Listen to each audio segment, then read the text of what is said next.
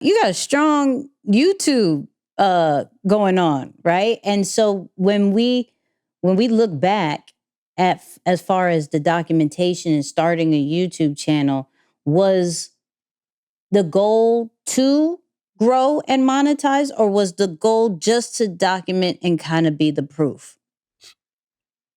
The goal, okay, so growth is a symptom of productivity. Okay. Yeah. That's just what happens, right? I was already gonna hit 1 million just because I was consistent, right? Right. The plan is always to progress, but what I'm trying to do is build trust with an audience, right?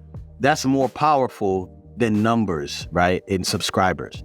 Is that now when I tell you that this product is good, you're gonna believe me because I already took you through the mud with me. You know what I'm saying? If I tell you that, you know, spanking isn't the most effective way to discipline, you're probably gonna believe me because you watch me go from a spanking parent to not. You know what I'm saying? So what I'm trying to do here is build a trust with an audience to really say that I am the thought leader in this fatherhood space. And I'm super involved with my family, but I'm invested in their own growth. And I study them like they are, college courses. You know what I'm saying? Like I have degrees in my children. I have degrees in my wife. My wife still changes every year.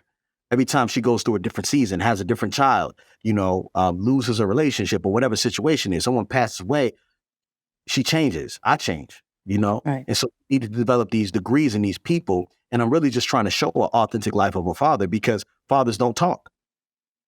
Dads don't tell you exactly what they're thinking. They keep quiet because they don't feel like people can handle what's on their mind. You know what I'm saying? And so, I mean, like, I don't know about y'all, but like, my parents was never like, yeah, man, I'm having a really rough time. I'm dealing with some depression and I don't know how I'm gonna get through it, but I'm gonna go to counseling. Yeah, never.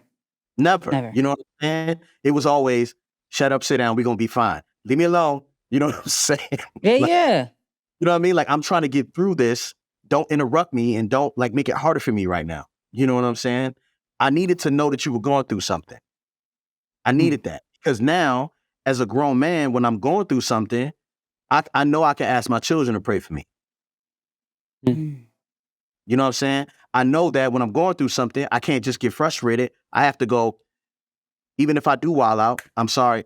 I need to apologize to you because I responded based on my circumstance, not because of what you did. I apologize. Right? Wow. We're raising children who will understand the power of an apology.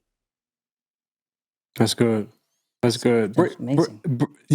Break that down, Glen, because that's powerful. And I think people listening, and I like to think that most of our audience is attempting and working on building and growing their brand too.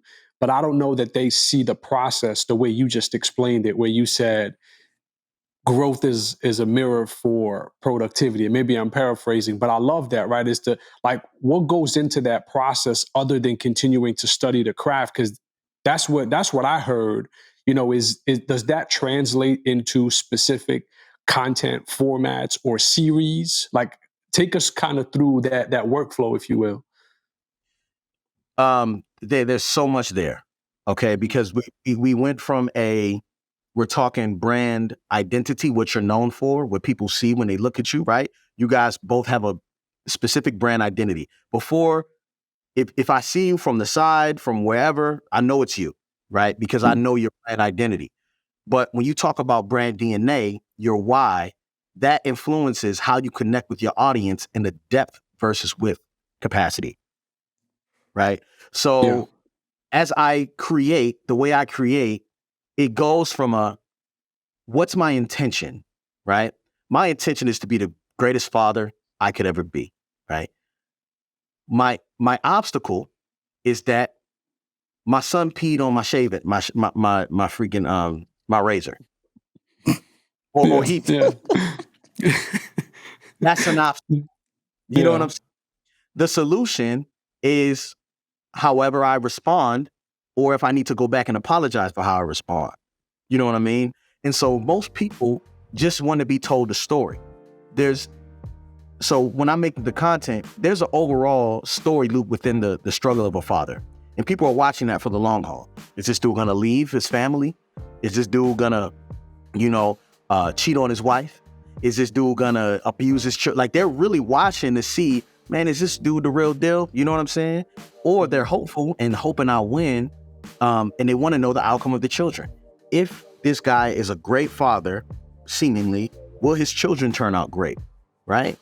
People watch my content, one, because they're reminiscing, two, because they just love the way it feels, but three, because they're not parents yet and they want to watch it against their fears to become parents.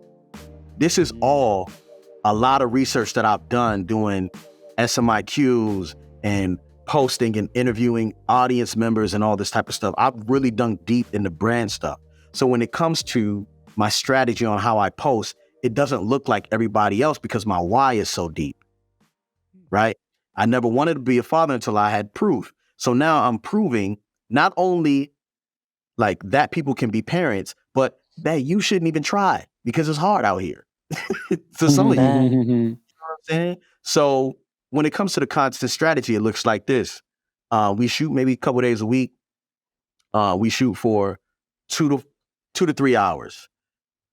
My videographer will come through.